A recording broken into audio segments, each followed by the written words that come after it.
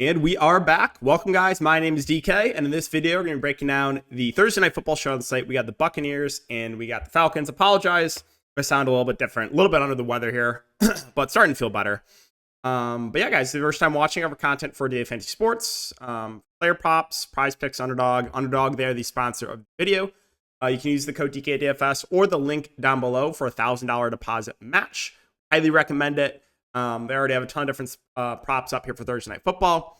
And they have a lot for Sunday as well. All the different sports they offer are up here. So if you guys do click that link and deposit, it does help support the channel for your first time user. And if you guys look for more content, you can check out my link down below. Odd Shopper is where all my premium content is now. I have props and DFS content there. A lot of different packages, so check that out and linked in the description. Okay, so let's get into the video. We'll start off here at the top. We got the two main Bucs receivers here with Mike Evans and Chris Godwin. 10.2 for Evans, 10K for Godwin. So kind of the breakdown here is Godwin has a bit of a higher floor, in my opinion. He's been pretty consistent. 9 targets, 8 targets. Where Mike Evans can be a little bit more boom or bust, but has a similar ceiling, right? So he's 23 and 23, but then you also see the 3 and the 7. So ownership will play a role, and I'm going to say that a few different times here with some decisions you have to make for tomorrow. Like, ownership is definitely going to play a factor into that. My guess is these guys will come in relatively similar ownership, and if that's the case, it's pretty tough to decide between the two. But yeah, obviously like them both a lot. Both have a pretty high ceiling. Again, I think Godwin has a bit of a higher floor, though. Bijan Robinson, 9.8K. So the role has been a little bit concerning of late. Now, he's still, a really good pass catcher. He's still very involved in the passing game, which is good for Draftkings being full point PPR. But you take a look at last week for Bijan, numbers weren't great, right? 36 of the 56 snaps, 24 of the 40 routes. And the reason is Tyler Algier has been playing really well, and the Falcons continue to use Algier. So that trend continues. Then I think Bijan is not out of play, but, maybe a little bit overpriced.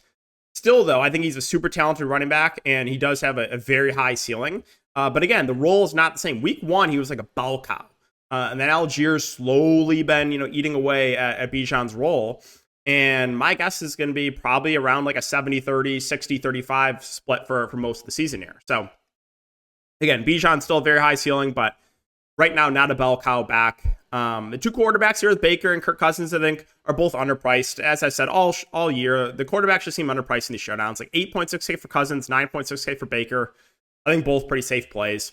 My guess is Baker will get more ownership. Again, he had the big game last week. He's had a couple big games, a couple basically 30 bombs for Baker Mayfield. But again, I think both quarterbacks are relatively similar here with him and Kirk Cousins. So definitely have interest in both.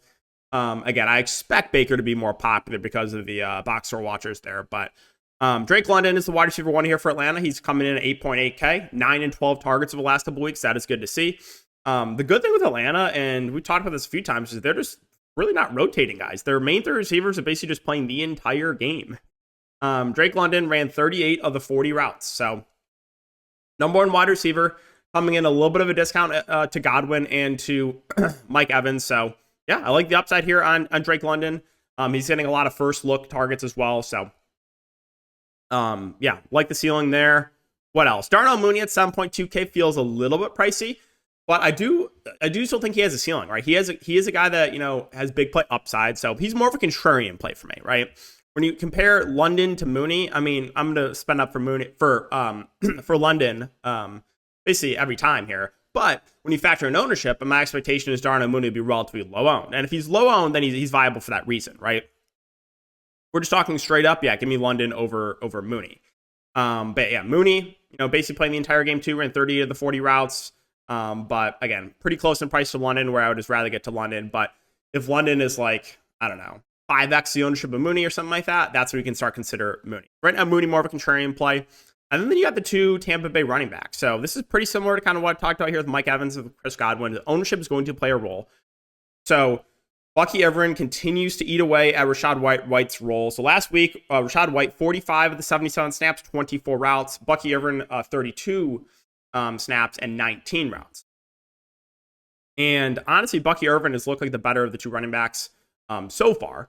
So 6.4K for Bucky Irving. 6.8K for Rashad White.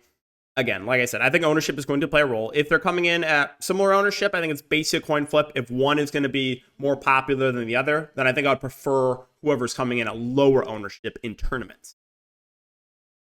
All right, what else? Then you got the back quarterbacks. Okay, so Kyle Pitts, again, his role has been decreasing a bit as well. He played, I want to say it was 100% of the snaps in week 1, and then that has been decreasing. So last week, Kyle Pitts, all right, so he played 38 of the 56 snaps, 27 of the 40 routes. Not ideal. Obviously still in play because of the price point, but it doesn't really stand out. Again, more of a contrarian option, in my opinion. Both kickers, solid options. Koo is 5.4. McLaughlin is 5K. It's been kicker season so far in the showdown slates. Again, I don't know if that trend will continue, but the kickers have been doing really well, it seems like, on a lot of these primetime games. Then you got Tyler Ogier coming in at 4.8K. I think he's a pretty good value play. Like, he continues to get 30 to 35% of the snaps at this price point. I think he's a pretty good option, and I think he's a good running back too. Did run 12 routes as well, which is good to see. 2 targets last game. Yeah, I think Algier is a pretty solid value play, and if this role continues, I like him. The defenses are both fine here with Falcons and Bucks. No real strong takes on either there. Kate Otten is 4K, so kind of outlier games here every single game so far this season for Otten, right? 9 targets, 8 targets, and then 2 targets and 2 targets. So my expectation is for most of the season, you're probably going to see Kate Otten be in that like 4 to 6 target range. So last couple weeks, outlier in a good way. First couple weeks, outlier in a bad way. But the positive with Kate Otten is he's playing a lot, right? He played 73 of the 77 snaps, ran 44 of the 53 routes, and he's relatively cheap. So I think Kate Otten is a pretty good value play here. And then I'm pretty high on Ray McLeod again. I expect him to be one of the more popular value plays, just in my opinion, a misprice, right? He is basically out there the entire game, 55 of the 56 snaps, 35 of the 40 routes. He can get some end arounds too. He has 2 carries so far this season. So yeah, I think McLeod's an amazing value play. The other Tampa Bay receivers, so no McMillan and no Palmer. If you take a look at what Tampa Bay did last week, you saw the veteran Sterling Shepard step in and play that wide receiver 3 role. He played 50 of the 77 snaps and ran 35 of the 53 routes. So I think he's probably the best bet to be the wide receiver 3 tomorrow. Cameron Johnson, the rookie, played 25 snaps and ran 13 routes.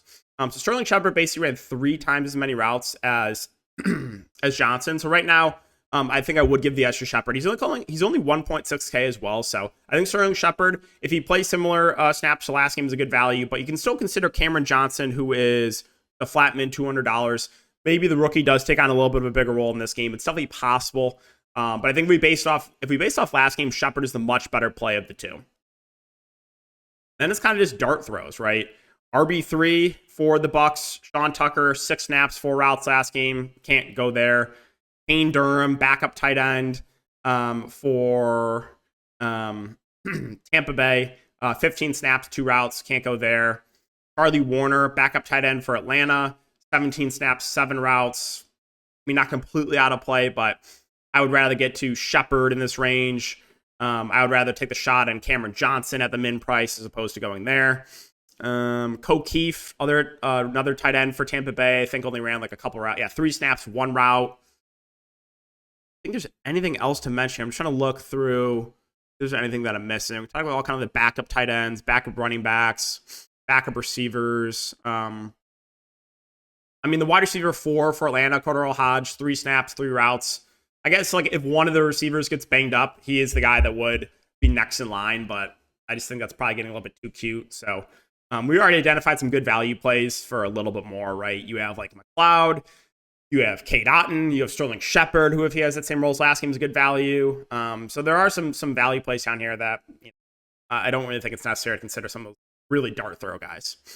All right, guys, so that's going to wrap it up the video. As always, if you do enjoy this, make sure to like, subscribe, and hit the notification bell. Really appreciate the support as always. Good luck. See you all in the next video.